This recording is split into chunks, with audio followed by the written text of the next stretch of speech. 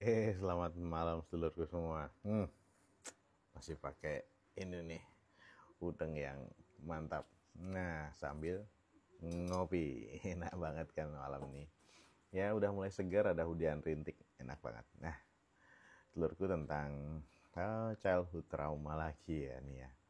Jadi ada beberapa hal respon yang bisa kita lihat ketika saudara-saudara kita itu mengalami childhood trauma. Jadi yang bisa kita lihat secara nyata mungkin ada beberapa hal yang kondisi parah-parahnya bisa kita lihat beberapa hal. Nah, yang pertama adalah yang bisa kita lihat secara nyata adalah saudara kita itu mengalami anxiety atau kecemasan yang sangat berat. Ini salah satu bentuk manifestasi dari childhood trauma. Kemudian gampang stres. Nah, ini ada luka trauma masa lampau atau traumatic childhood trauma wounds ya, seperti itu. Kemudian yang paling berat lagi, saudara-saudara kita ini juga mengalami depression atau depresi ya. Ada anergia, hedonia, afek depresif yang bisa kita lihat pada sedulur-sedulur kita ini. Tapi ada bentuk-bentuk trauma masa lampau yang mungkin nggak bisa kita lihat secara langsung, tapi beberapa hal kalau kita dekat sama dia, aktivitas bareng baru kelihatan bahwa jangan-jangan nih punya childhood trauma. Yang pertama adalah yang nggak kelihatan nih seringnya ya. Jadi anak ini hyper independent, kadang-kadang terlalu mandiri gitu ya. Kadang-kadang seperti itu. Mungkin ada situasi traumatik yang membuat dia hyper independent. Nah, gitu ya sedulurku ya. Ada nggak sedulur kita yang seperti ini? Tapi jangan langsung dijudge ya. Alah, kamu punya trauma paling masa kecil gitu kan. Nggak boleh gitu. Jadi, kemudian ada hal lagi yang bisa kita perhatikan bahwa saudara-saudara kita ini pernah punya childhood trauma ya, yang kadang-kadang ini tipis banget nih, nggak bisa kita lihat langsung. Jadi lack of meaningful relation, jadi jarang sekali dia punya teman dekat. Nah gitu loh. Atau dia dekat dengan seseorang tahu-tahu hilang, dekat dengan seseorang lagi tahu-tahu hilang. Nah seperti itu. Jadi tidak punya meaningful relationships. Nah yang kedua nih, yang ketiga kita lihat nih, anak ini, saudara kita ini hypervigilance ya. Jadi terlalu waspada terhadap segala sesuatu. Nah, ini baru mungkin bisa kita lihat bahwa saudara kita ini mengalami trauma, pernah mengalami trauma. Nah, jadi hyper vigilant. Ya, seperti itu. Nah, kemudian yang nomor 4 nih. Kadang-kadang dia susah mengingat sesuatu, tidak mengingat sesuatu. Atau kadang-kadang lupaan, sering pelupa. Jangan-jangan dia punya trauma masa kecil dan dia susah untuk melupakan, dan dia akhirnya seringkali lupa terhadap aktivitas atau kegiatannya atau janji dengan orang, seringkali lupa. Nah, kemudian ada lagi nih, saudara kita ini kalau mengalami trauma dia ada self harm, cutting ya. Nah, jangan lupa, jangan-jangan dia pernah mengalami trauma masa kecil. Kadang scarnya tidak terlihat di tempat, di tangan atau gimana, kadang dia menyembunyikan scar karena self harmnya itu. Seringkali begitu ya yang pernah kita temui. Terus kemudian yang nomor 6 nih, emotional eating, lapar mata ya, ketika pesen makan itu banyak banget tapi nggak dihabisin. Jadi emotional eating, ada lapar mata seringkali, kadang-kadang seperti itu. Atau dia punya ketakutan untuk nggak dapat makan, jangan-jangan seperti itu ya, emotional eating. Terus kemudian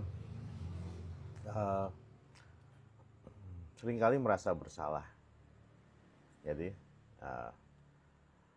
seringkali merasa ini sedikit, tiba-tiba dia merasa bersalahnya sangat-sangat berat gitu ya. Padahal cuma kesalahan yang dikit yang itu bisa ditolerir, tapi dia merasa bersalahnya sangat berat gitu ya.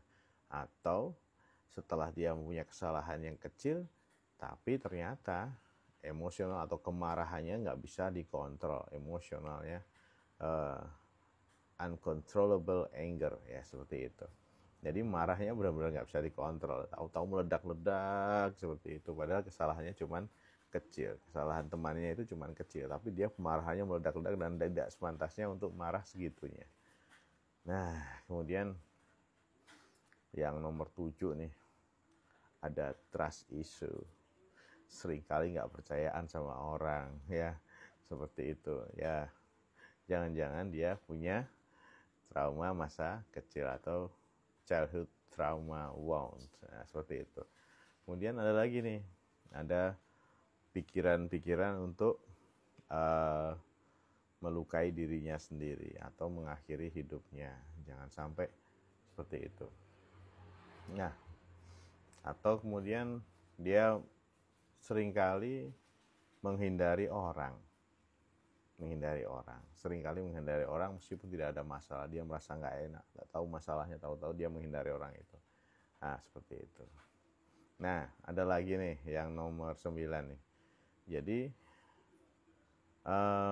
intolerant to conflict. Jadi ketika dia ada masalah dengan orang, ya seringkali responnya itu tidak bisa diselesaikan dengan cara apapun. Jadi ya pokoknya pengen tetapnya memusuhi saja, meskipun ada masalah kan bisa diselesaikan, tapi enggak, pokoknya ini harus sesuai mau gua, seperti itu.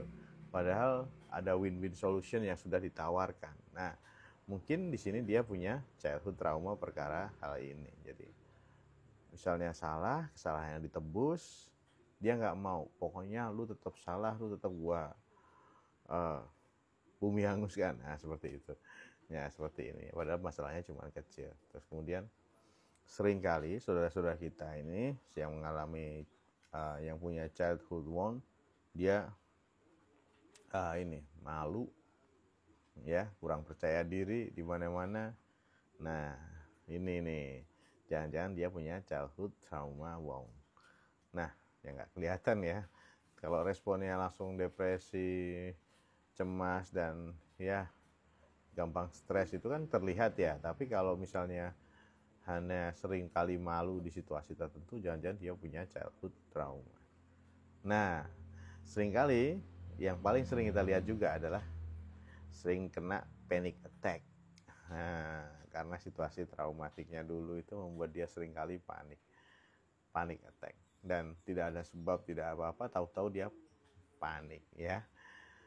Oke, sedikit tentang trauma masa kecil, yaitu luka trauma masa kecil, childhood trauma wound, ya.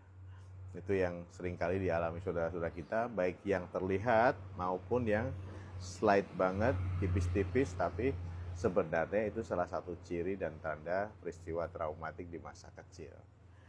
Oke, gitu ya sedulurku ya. Tidak boleh langsung ngejudge bahwa saudara kita ini, sedulur kita ini punya trauma, tapi tetap kita ajak profesional untuk supaya sedulur kita itu lebih baik. Datangi dokter, psikiater ataupun psikolog klinis untuk membantu saudara-saudara kita ini heal dari trauma wound-nya.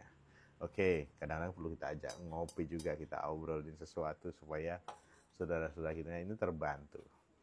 Oke sedulurku, tetap waras dan gaspol, sehat selalu.